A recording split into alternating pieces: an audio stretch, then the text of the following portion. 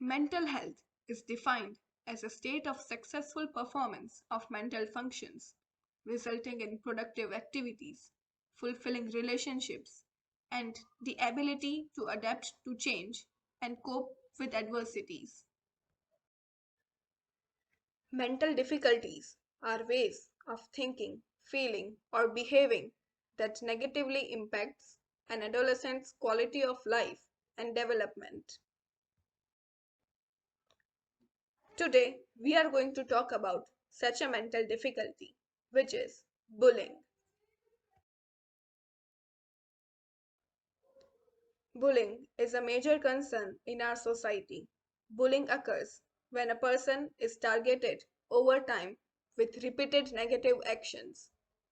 Bullying involves an imbalance of power so that the person being victimized has trouble defending him or herself.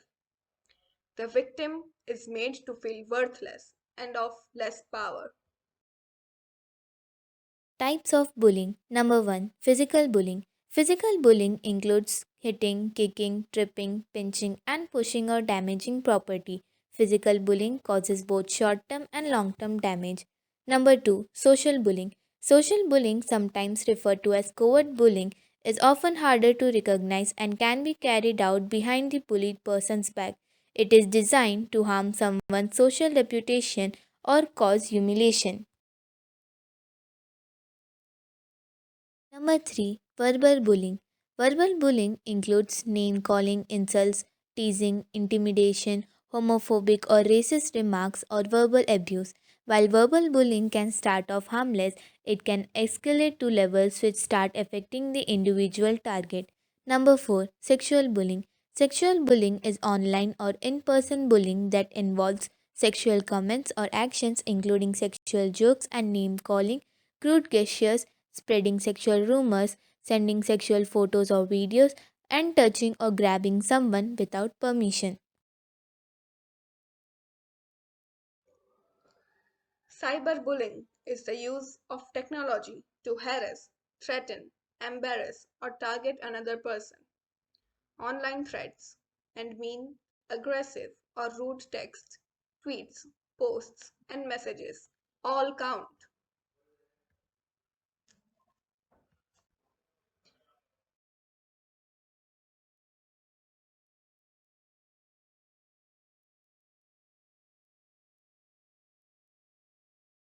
Now let's see how does bullying impacts our mental health. Bullied children face an increased risk of social and emotional problems in the short and long term, even into adulthood. To name a few problems like anxiety, depression, low self esteem, difficulty sleeping, self harm or suicidal thoughts, loneliness, and school avoidance.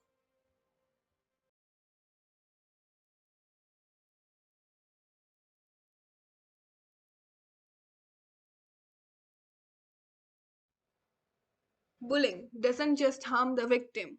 Young bullies are more likely to be aggressive. They have the highest rate of anxiety, depression, and substance abuse. They are also more likely to be less positive of their future and develop an antisocial personality disorder as adults. But here's the way out. Let's see how can we prevent bullying among adolescents. It's hard to know what to do when a child is being bullied. Don't be afraid to ask. When you suspect bullying, initiate the conversation yourself and ask if they are afraid of or uncomfortable around anyone at school. Having a safe space to talk is hugely important for adolescents' mental health. It's the difference between feeling alone in the face of a bully and knowing that they have someone at their back.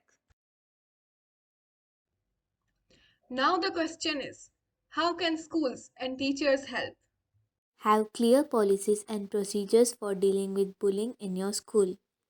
Equip teachers and school staff with necessary prevention and intervention skills. Have a school climate and programs that teach children and staff about safety and belonging and how to get along with others. Resolve the situation decisively in a way that supports both the victim and the bully. Ensure anyone affected by the incident is given an opportunity for counseling.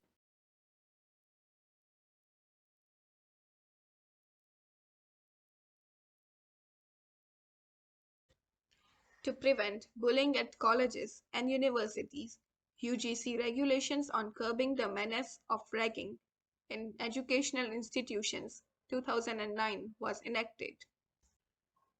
Victim of cyberbullying can file a complaint under IT Act 2000.